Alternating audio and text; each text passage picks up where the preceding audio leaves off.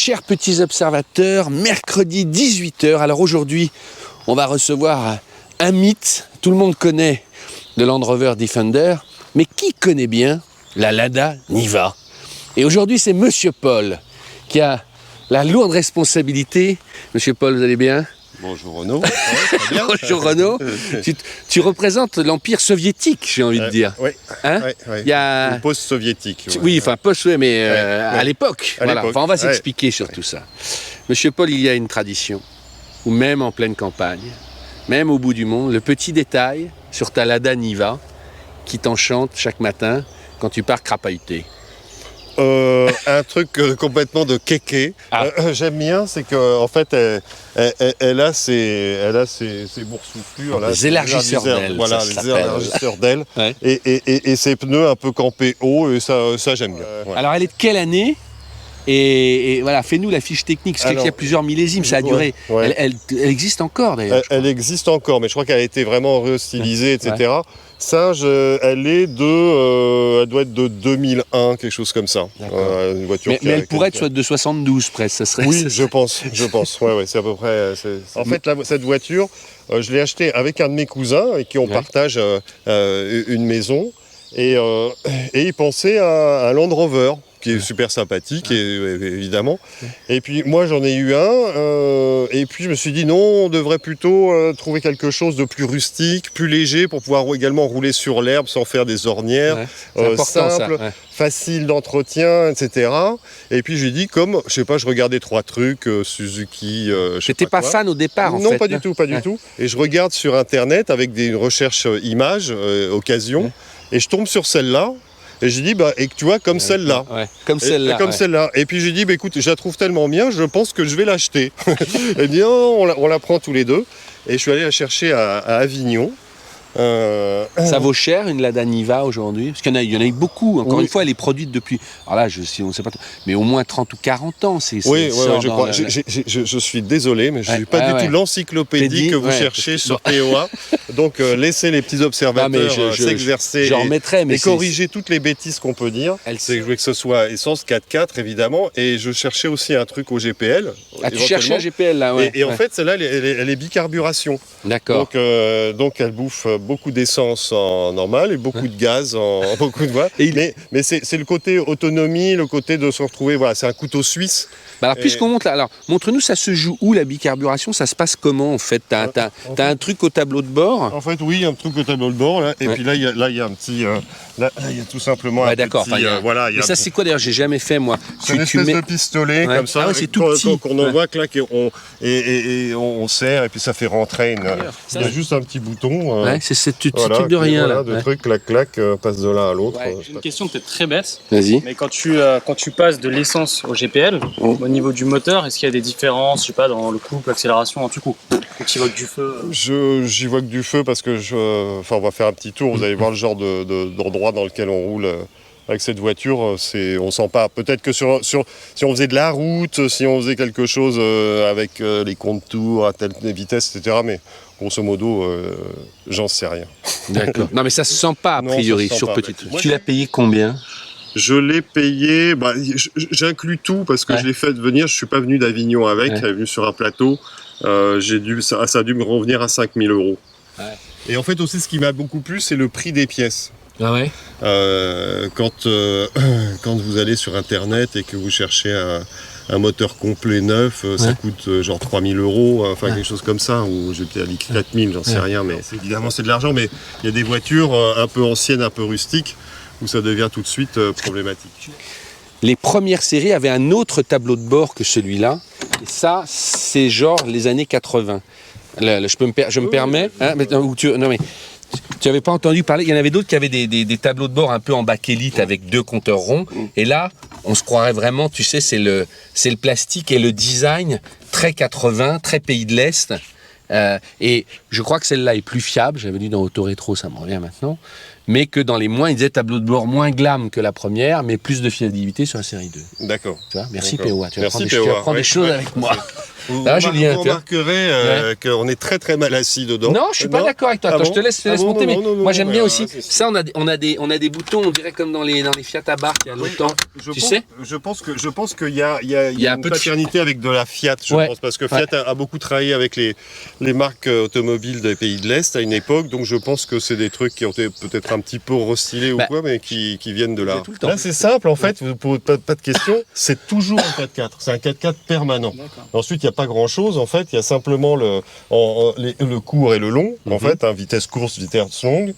Donc il y a le levier. Et voilà, exactement. Et ça, c'est le blocage du différentiel. D'accord. Pour faire des passages, pour les acrobates du truc. Moi, j'ai toujours lu que c'est un des 4x4 les plus authentiques, le plus vrai. Il passe partout, les mecs. Et c'est d'ailleurs pour ça, sa rusticité fait sa fiabilité. Il est indestructible. Il est tellement rustique que j'ai là, évidemment, pour la glace, truc. Mais j'ai surtout le truc le plus indispensable qui est la raclette parce que le chauffage marche pas. L'aération de intérieur, tu veux dire. Oui, intérieur. Pour enlever la buée. Oui, parce que vous savez le truc dégueulasse qui laisse. Donc là, voilà, un truc un truc de professionnel, hein, pas un truc merdique. Donc ça c'est indispensable. Et puis voilà, il y a un spécial. Le bouton du warning où il est placé, c'est vachement bon. Ouais. Là, t'arrives à le choper. Mais on sent qu'il a été rajouté pour les normes. Tu sens que. Oui, peut-être. Tu sens qu'à Vladivostok, il n'est pas obligatoire. 31 01, je sais pas si j'arrive à faire la mise au point. 31 01 2000. C'est fou parce que tu dirais qu'elle est de 80, je t'aurais cru. Oui. Il y a ça. Ah oui, alors autre truc, quand on m'a dit tu verras, il y a des choses qui avec le temps s'avèrent tout à fait judicieuses. Il faut changer absolument ces rétroviseurs parce que ils sont trop quand on fait des passages dans des branches et tout ça, ils se barrent. Donc il vaut mieux avoir des gros Tu l'as pas fait. Non, je l'ai pas fait encore. Et puis on me disait ah oui, mais ce qui est un peu galère, c'est que le coffre. On m'a dit, le coffre, il s'ouvre de l'intérieur. Alors moi, je me dis, mais vraiment, ils sont vraiment débiles. Et donc, j'allais chercher au fond, comment est-ce qu'on... Non, elle s'ouvre de l'intérieur, mais d'ici... montre-moi, c'est tout ce que j'aime savoir, ça sur... Un peu comme le capot moteur d'une Porsche, en fait, vous voyez. Tac. Carrément. Il y a un petit truc là. Carrément. Et là...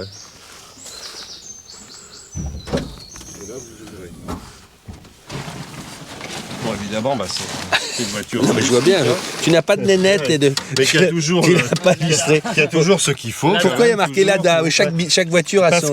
Parce que il y a plusieurs véhicules et là au moins. Non mais franchement il est craquant. Je vois, tu vas nous suivre, Julien, tu as de la chance. En quad, on a l'impression que c'est un quad un peu plus gros, quoi.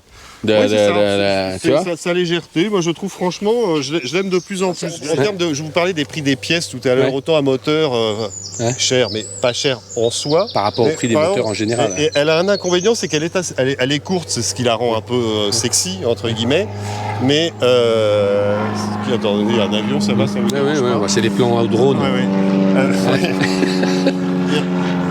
Il lui manque une bonne galerie pour pouvoir poser des choses un peu longues parce que finalement vous mettez pas grand chose derrière, mais ça coûte 1 000 €. Donc en proportion, ce serait 20% de la voiture carrément en fait. Donc c'est un peu voilà, il y a des petites choses comme ça. C'est une 1,7 litre injection déjà. Mais déjà il y a l'injection parce que je me demandais si c'était carbu injection. Mais en 2000 ils avaient quand même mis l'injection. Vas-y Julien, donc c'est quoi en dessous les sous-bassements?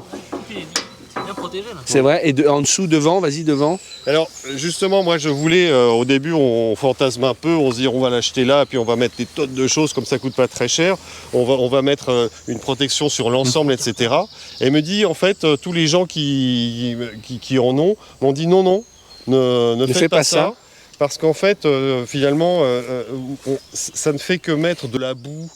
Et si on peut le nettoyer au jet et vous avez un pont, c'est bien de faire ça. Sinon en fait ça retient la merde. Des nids de merde et en fait qui augmente la corrosion en fait. Donc comme je fais pas le Paris-Dakar, voilà. Je sais qu'il y a une communauté qui va nous tomber dessus. Oui, sûrement. Mais je trouve que c'est une voiture. Tu disais il y a peu à dire. Moi il y a tout à dire. Elle a une histoire. Elle est là depuis très longtemps. C'est quand même une des rares voitures russes ou soviétiques qui est toujours là et qui tout le monde connaît. La Niva, et qui a une réputation en acier forgé de je passe partout, je suis indestructible, quoi. Je crois que c'est plus fiable qu'un Land Rover, hein, oui, malgré tout l'amour que je... Il y a le fameux dégivrage arrière, Ah oui, dont tout le monde sait pourquoi. Non, hein. C'est pour vous chauffer les mains quand vous poussez dans la toundra. Voilà, bah après, c'est une voiture normale. Ben non, justement, attends, pour venir là, on a, regarde, mais moi aussi j'ai souvent lu quand même que c'est, on fait pas 300 km comme ça tous les 4 matins, Non, quoi. là, C'est pour les montagnards, ouais. c'est presque un outil professionnel, Ouais, quoi. bien sûr. D'ailleurs, en fait, moi j'étais parti, je m'étais dit que j'allais la ramener directement une fois que si la voiture me plaisait. Ouais. Et en fait. Elle est capable de monter la côte, là? Oui, bien sûr. T'es sûr? Ouais. Ben vas-y, Ouais, j'y crois bien pas, sûr, moi. ouais. Hein? Bon, ça c'est pas Hein? très compliqué ça. Ah bon? Bon, Allez. Et Julien, il passe avec son quad, oui, là? bien sûr. Hein? Tu sais, on fait des essais place Saint-Georges, nous. Ouais. Donc là, on fait... Ah, peut-être pas le treillis. Ah merde! Oh là! Voilà, d'où l'histoire des rétroviseurs. En fait. Il va pouvoir passer, Julien? Si, oui, il passe, bien sûr. Ouais. Tu crois?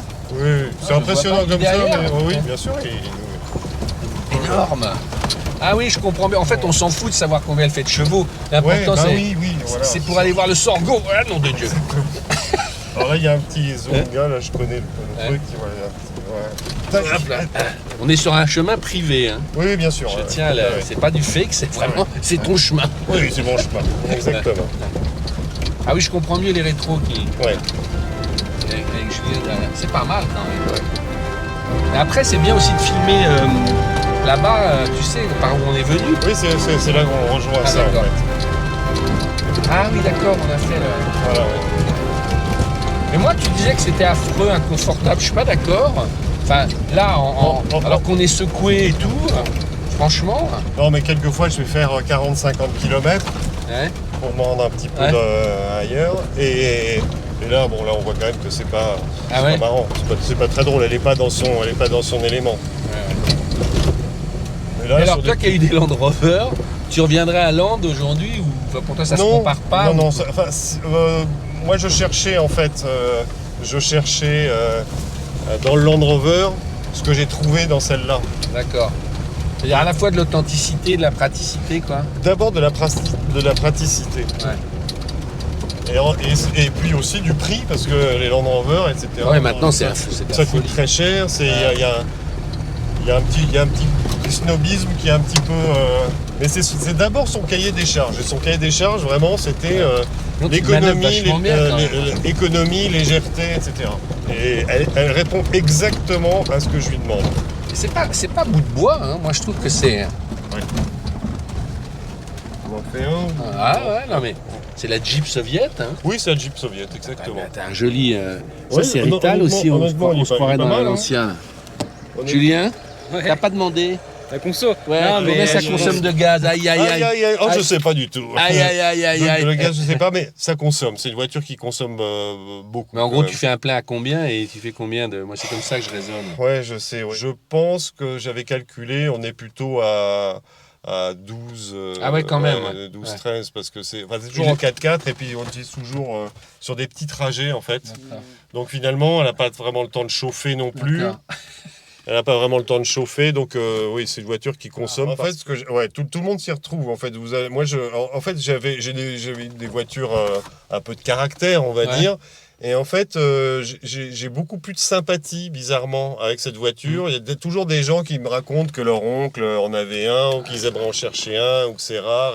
Enfin, on échange beaucoup avec des gens très différents. Donc c'est vraiment une voiture très agréable. Honnêtement, je pense que si on se pose des questions de savoir est-ce que, tu vois, j'aimerais bien avoir un petit 4x4, un truc, enfin, Ouais, ouais. pour un usage, j'allais dire, Un vrai usage. Voilà, mais je pense que voilà, on peut y aller. Aussi, il y a beaucoup de chasseurs, etc., qui ont ce genre de voiture, les chasseurs, les pêcheurs, qui doivent se retrouver un peu sur des côtes, accéder à des endroits pas très très faciles, rouler un peu sur des galets ou des choses comme ça. Ne le faites pas trop, c'est très dangereux. Ouais.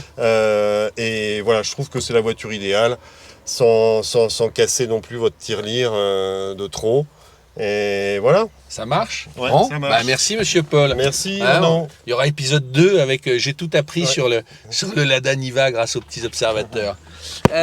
Si vous aussi vous voulez nous présenter votre auto, que vous soyez un spécialiste ou pas forcément, mais que vous avez envie de nous faire partager pourquoi vous l'aimez, un petit mail à petiteobservationautomobile tout attaché avec ds@gmail.com, quelques photos, 3 lignes de présentation, vous nous envoyez le mail, le titre dans le descriptif de la voiture que vous nous présentez, enfin le nom de la voiture, qu'on retrouve facilement quand on fait défiler, et on vous écrira si elle retient notre attention. À très bientôt, merci.